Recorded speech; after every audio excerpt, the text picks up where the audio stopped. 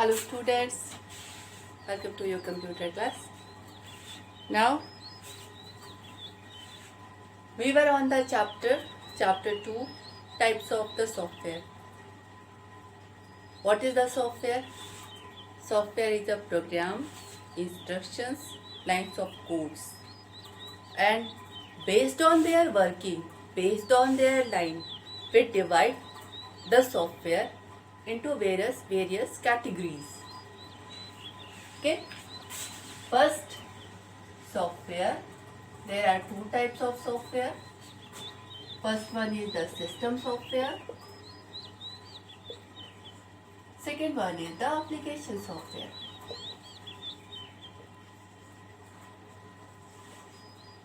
System software, the program which is related to the hardware, that is the system software.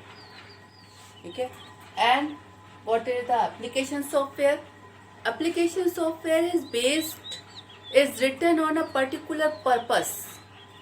Application software जो किसी particular purpose के लिए लिखे जाते हैं और जो हमेशा किसी न किसी ऑपरेटिंग सिस्टम के ऊपर रन होते हैं. All are the application software. ठीक है, इसके बाद सिस्टम सॉफ्टवेयर मैं जल्दी रिवाइज करा रही हूँ जहाँ तक कल हो गया था. इसके बाद आगे लेते हैं.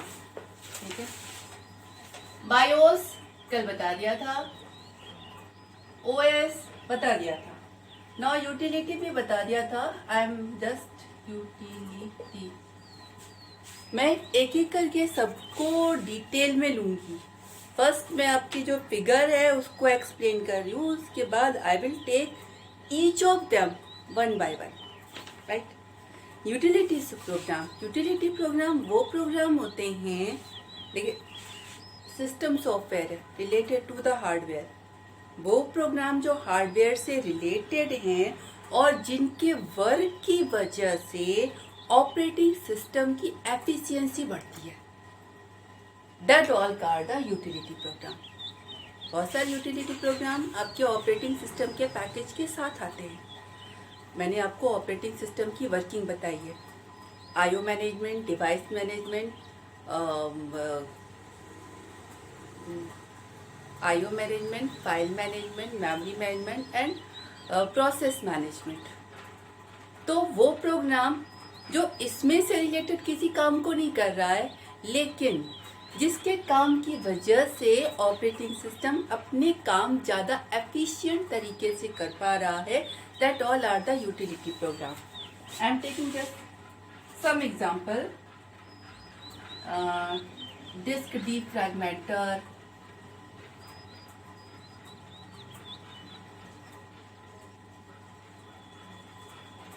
वायरस स्कैनर,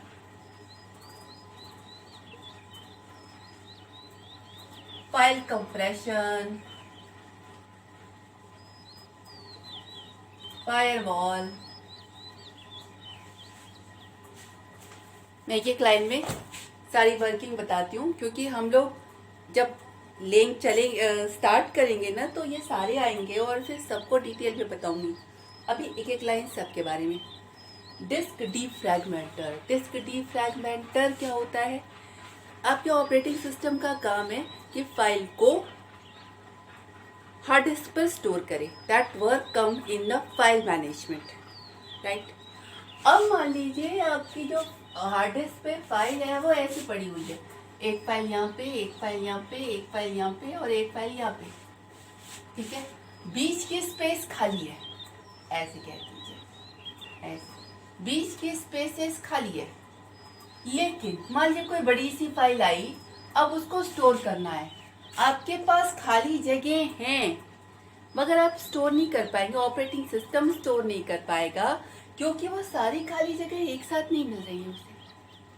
ठीक है, अब अगर कोई ऐसा प्रोग्राम हो जो सारी भरी हुई जगहों को एक साइड शिफ्ट कर दे, ताकि खाली जगह सारी एक साइड आ जाए, ताकि ऑपरेटिंग सिस्टम इजीली फाइल को स्टोर कर सके, तो that program is disc defragmenter.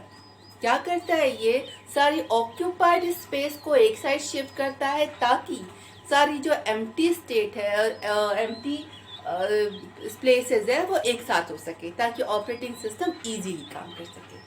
Virus scanner, virus क्या होता है? एक ऐसा प्रोग्राम जो कि डिस्ट्रॉय का काम करे and can replicate itself, that is called the virus. Program ही है, वायरस भी प्रोग्राम है। मैं कंप्यूटर वायरस की बात कर रही हूँ। नॉर्मल बायोलॉजी टर्म में that is not the program, लेकिन नेचर वहीं से लिया गया है। बायोलॉजिकल वायरस का क्या काम होता है? डिस्ट्रक्शन का। It destroy and can replicate itself, मतलब अपने आप को बढ़ाता है, अपनी रेप्लिका क्रिएट करता है। Same work is for the computer virus. Computer virus ऐसा प्रोग्राम होता है जो डिस्ट्रक्शन का काम करता है और खुद को रेप्लिकेट करता है। ठीक है, तो अगर ऐसा प्रोग्राम आ गया जो डिस्ट्रॉय कर रहा है, मान लीजिए ऐसा प्रोग्राम आ गया जिसने पूरी मेमोरी को ऑक्यूपाई कर लिया, तो आपका हार्ड डिस्क उस पर कुछ भी स्टोर नहीं कर पाएगा। मान लीजिए किसी इंपॉर्टेंट फाइल को डैमेज कर दिया, तो भी ऑपरेटिंग सिस्टम की एफिशिएंसी कम हो जाएगी, काम नहीं कर पाएगा, काम रुक जाएगा। आपके कंप्यूटर के पे वायरस आने पे क्या होता है? आपका कंप्यूटर धीमे धीमे काम करने लगता है। कुछ अगर फाइल डिस्ट्रॉय किया तो वो तो फाइल ही चली जाती है।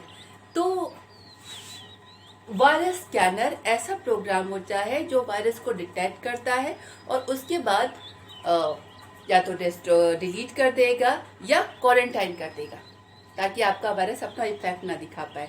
तो वो इस प्रोग्राम के वर्क की वजह से ऑपरेटिंग सिस्टम को ज़्यादा अच्छे से, क्योंकि अगर कोई प्रोग्राम उसके काम में रुकावट नहीं डाल रहा है तो ऑपरेटिंग सिस्टम ज़्यादा अच्छे से काम कर पाएगा। फाइल कंप्रेशन, फाइल कंप्रेशन क्या होता है? जैसे आपकी फाइल की साइज़ बहुत बड़ी है तो ज़्यादा स्पेस लेगी, चाहे वो रैम में डाली जाए और चाहे वो हार्ड डिस्क पर डाली जाए, टेक मोर स्पेस। अब एक ऐसा प्रोग्राम जो फाइल की साइज़ को घटा दे तो कम जगह में आप ढेर सारी फाइलें स्टोर कर सकते हैं। ठीक है, तो ये file compression is reduce the size of the file so that you can easily store the file, right. Firewall क्या होता है कि जैसे अब कंप्यूटर में नेटवर्क लगा हो, नेटवर्क से अटैच है, तो जो डेटा बाहर से आ रहा है उस डेटा की एक बार उस डेटा पे समझिए आपने लॉक लगा दिया। कोई भी डेटा अंदर आएगा, पहले चेकिंग होगी, उसके बाद अंदर आएगा। ठीक है, तो इससे क्या फायदा होता है कि आपका समझ लीजिए वायरस या कोई ऐसा डेटा जो आपके सिस्टम को डिस्ट्रॉय करने अंदर आ रहा हो, वहीं दरवाजे पे रुक जाएगा। तो it is the combination of hardware and software, तो that software come in the utility one. उसके बाद प्रोग्रामिंग लैंग्वेज ट्रांसलेटर।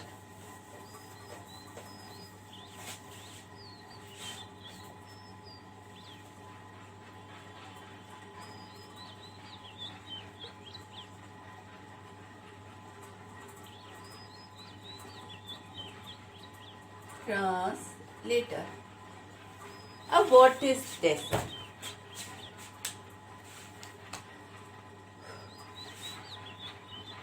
यहां से आते हैं। What is the software? Software means program, instructions, lines of code. पहला सवाल, किसके लिए आप ये प्रोग्राम लिख रहे हैं? कंप्यूटर के लिए। इसे कौन समझेगा और कौन चलाएगा? कंप्यूटर। लिखा किसने है? आपने। और उसको समझकर, उस प्रोग्राम को समझकर चलाएगा कौन? Computer, right. अब computer is a electronic device, right. It works on only 1 and 0, means the computer language is the binary one. Computer सिर्फ और सिर्फ एक ही भाषा समझता है, 0 और 1 की, कोई दूसरी भाषा नहीं समझता। ठीक है, तो अब अगर आपको कंप्यूटर से काम करने के लिए कुछ कहना है तो इस भाषा में, इस लैंग्वेज में लिखकर आप उसे देंगे। यानी आपका प्रोग्राम अगर 0 और 1 में लिखा हुआ है तो कंप्यूटर की आराम से समझ में आ जाएगा, लेकिन 0 और 1 के अलावा किसी भी और लैंग्वेज में लिखा है तो कंप्यूटर को नहीं समझ में आएगा कि करना क्या है। अब 0 और 1 में लिखना इज नॉट इम्पॉसिबल, स्टार्ट में लिखा ही जाता था, but it's too difficult. It is too difficult to write a program in 0 and 1 language. that is the binary one. So what is the solution? It is too difficult to write and computer can understand only binary. So the solution is the language translator, means a mediator. जैसे मान लीजिए किसी other को Chinese आती है और आपको हिंदी आती है, आपको आपस में बात करनी है, उसको हिंदी नहीं आती, आपको चाइनीज नहीं आती, तो एक मीडिएटर जिसे दोनों आती हो, आपकी लैंग्वेज को उसमें कन्वर्ट करे या उसकी लैंग्वेज को आप में कन्वर्ट करे, right? That program is called the translator. Take your program, convert it to the binary and pass it to the computer, right? ताकि कंप्यूटर समझ सके कि उसे करना क्या है. आपने किसी भी लैंग्वेज में अपनी इंग्लिश लैंग्वेज नहीं कह सकते. They are a high level language, 4GL, so many languages are available. उसमें आपने प्रोग्राम लिखा लेकिन वो लैंग्वेज बाइनरी नहीं है, ठीक है? तो एक मीडिएटर जो आपकी लैंग्वेज के प्रोग्राम को लिया और बाइनरी में कन्वर्ट किया ताकि कंप्यूटर उस प्रोग्राम को रन करा सके, तो उस प्रोग्राम को ट्रांसलेटर बोलते हैं. Mainly 3 types of translator, that is the assembler, compiler and interpreter. Assembler क्या करता है? देखिए, काम तो तीनों ट्रांसलेटर का सेम है. आपकी लैंग्वेज में लिए हुए प्रोग्राम को बाइनरी लैंग्वेज में कन्वर्ट करना. ठीक, असेंबलर क्या करता है? उसको जो लैंग्वेज मिलती है, that language is called the assembly language. Assembly language के प्रोग्राम को लेता है, बाइनरी लैंग्वेज में कन्वर्ट करता है और कंप्यूटर को पास करता है. कंपाइलर और इंटरप्रेटर दोनों ही हाई लेवल लैंग्वेज के प्रोग्राम को लेते हैं और बाइनरी लैंग्वेज में कन्वर्ट करते हैं ताकि कंप्यूटर समझ सके. दोनों में क्या अंतर हुआ? दोनों में ये अंतर हुआ कि कंपाइलर पूरा प्रोग्राम एक साथ लेता है, पूरा प्रोग्राम एक साथ कंपाइल करता है, क्रिएट करता है एक एग्जीक्यूटेबल फाइल, और वो एग्जीक्यूटेबल फाइल बाइनरी लैंग्वेज में होती है और वो कंप्यूटर को पास होती है. ठीक, इंटरप्रेटर भी इस कन्वर्जन के काम को करता है, लेकिन इंटरप्रेटर एक काम को लाइन बाय लाइन करता है. जस्ट एग्जांपल, मान लीजिए एक 100 लाइन का प्रोग्राम है, तो आपका कंपाइलर पूरा 100 लाइन एक साथ लेगा, पूरी 100 लाइन को एक साथ कन्वर्ट करेगा, एक EXE क्रिएट करेगा जो बाइनरी लैंग्वेज में हुई, और उसके बाद वो EXE रन होगी. इंटरप्रेटर क्या करेगा? पहली लाइन ली, कन्वर्ट की, रन कराई, दूसरी लाइन ली, कन्वर्ट की, रन कराई. मीन्स इंटरप्रेटर इस कन्वर्जन वाले काम को लाइन बाय लाइन करता है. ठीक है? Now come to the application software. What are the application software? Application software is the software which is written on a particular purpose. ठीक है? देखिए, वो सॉफ्टवेयर जो हार्डवेयर रिलेटेड हैं वो तो सिस्टम सॉफ्टवेयर हो गए. अब एप्लीकेशन सॉफ्टवेयर हार्डवेयर रिलेटेड किसी काम को नहीं कर रहे हैं, वो किसी पर्टिकुलर पर्पस के लिए लिखे गए हैं. फॉर एग्जांपल, जैसे रेलवे रिजर्वेशन वाले काम को कर रहा है, बुक मैनेजमेंट में बुक मैनेजमेंट वाले काम को कर रहा है, हॉस्पिटल में हॉस्पिटल मैनेजमेंट वाले काम को कर रहा है, आपका MS वर्ड, आपका जितने भी ऑफिस वाली वर्किंग है उसको कर रहा है, आपका एक्सेल जितने भी स्प्रेडशीट वाले काम को कर रहा है. यानी एप्लीकेशन सॉफ्टवेयर जो किसी पर्टिकुलर पर्पस के लिए लिखे गए हैं और वो हमेशा किसी न किसी ऑपरेटिंग सिस्टम के ऊपर रन होते हैं. स्टैंड अलोन आपका सॉफ्टवेयर कभी भी रन नहीं होगा. ठीक, अब एप्लीकेशन सॉफ्टवेयर आपके 2 तरीके के होते हैं, एक स्टैंडर्ड और दूसरे customise. STANDARD, standard and customised.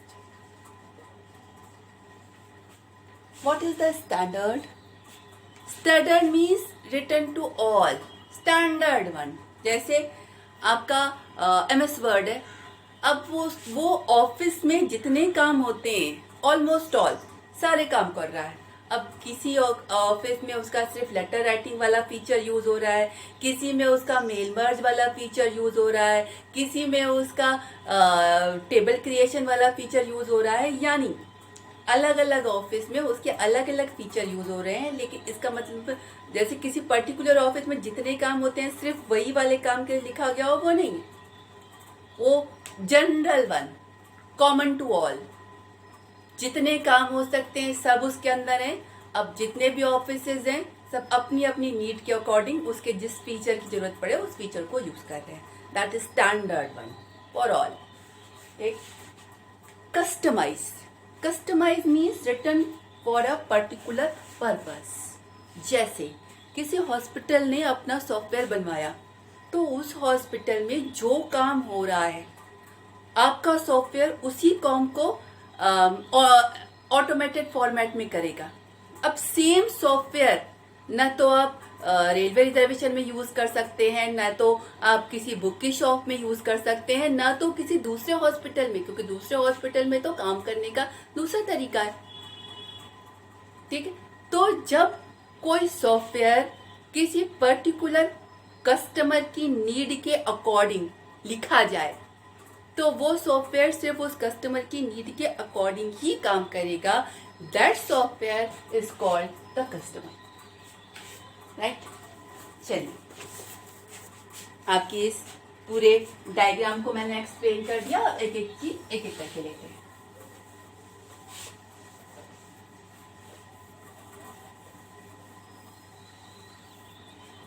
Now system software मैंने बता दिया, the software which is related to the which works on computer hardware, which is related to the computer hardware, that is the system software. ठीक है, now the first system software is the BIOS, basic input output system. मैंने बताया था, मैं उसके बाद मैं फिर से रिपीट कर रही हूँ। बायोस आपकी रोम की चिप होती है, ठीक है, रोम की चिप जिस पर बूटिंग प्रोग्राम लिखा होता है। आपका रोम चैप्टर 1 में पढ़ाया था प्राइमरी मेमोरी है। What is the primary memory? Primary memory जिससे आपका प्रोसेसर डायरेक्टली इंटरैक्ट करता है। ठीक है, आपका रैम और रोम दो प्राइमरी मेमोरी होती है। अगर कोई प्रोग्राम प्राइमरी मेमोरी में है सिर्फ और सिर्फ तभी प्रोसेसर उसे रन करा सकता है। सेकेंडरी मेमोरी में अगर कोई प्रोग्राम है तो वो रन नहीं करा सकता। ठीक है, अब बूटिंग के टाइम सिचुएशन क्या होती है? आपकी जो रैम होता क्या है, जनरल कंडीशन कि किसी प्रोग्राम को रन कराना हो तो आपका ऑपरेटिंग सिस्टम उसे रैम में डालता है और प्रोसेसर उसे रन कराता है। पर रैम आपकी वोलाटाइल होती है, मतलब पावर ऑफ हुआ, रैम में जो कुछ भी है वो चला गया। आपका ऑपरेटिंग सिस्टम सारे हार्डवेयर डिवाइस को कंट्रोल करने का काम करता है, लेकिन वो भी काम तभी करेगा जब वो रैम में हो। अब आपने मान लीजिए शाम को काम किया, कंप्यूटर बंद करके चले गए, अगले दिन आए, अब आपको कंप्यूटर ऑन करना है, यानी स्टार्ट करना है। अब स्टार्ट करने में देखिए आपका प्रोसेसर सारे काम करता है, लेकिन काम तो वही करता है ना जो काम करने का प्रोग्राम चले। अब इस वक्त कौन सा प्रोग्राम चलना है कि कंप्यूटर से बेसिक इनपुट डिवाइसेस, एक कीबोर्ड लगा हुआ है कि नहीं, मॉनिटर लगा हुआ है कि नहीं, और आपका हार्ड डिस्क लगी हुई है कि नहीं, बेसिक हार्डवेयर्स अटैच है कि नहीं, ये चेक हो।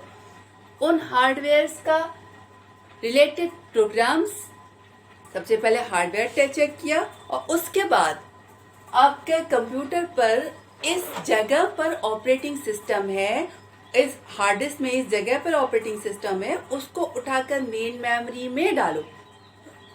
इतना काम चलना है, क्योंकि ऑपरेटिंग सिस्टम एक बार मेन मेमोरी में आ गया तब तो वो सारे हार्डवेयर को कंट्रोल कर ही लेगा, लेकिन उसको भी तो मेन मेमोरी में डालना है। ये काम, ये वाला प्रोग्राम चलेगा तभी तो आपका प्रोसेसर ये वाला काम करेगा, अपने से तो नहीं करेगा। ठीक है, तो ये जो प्रोग्राम लिखा होता है वो लिखा होता है रोम चिप पर,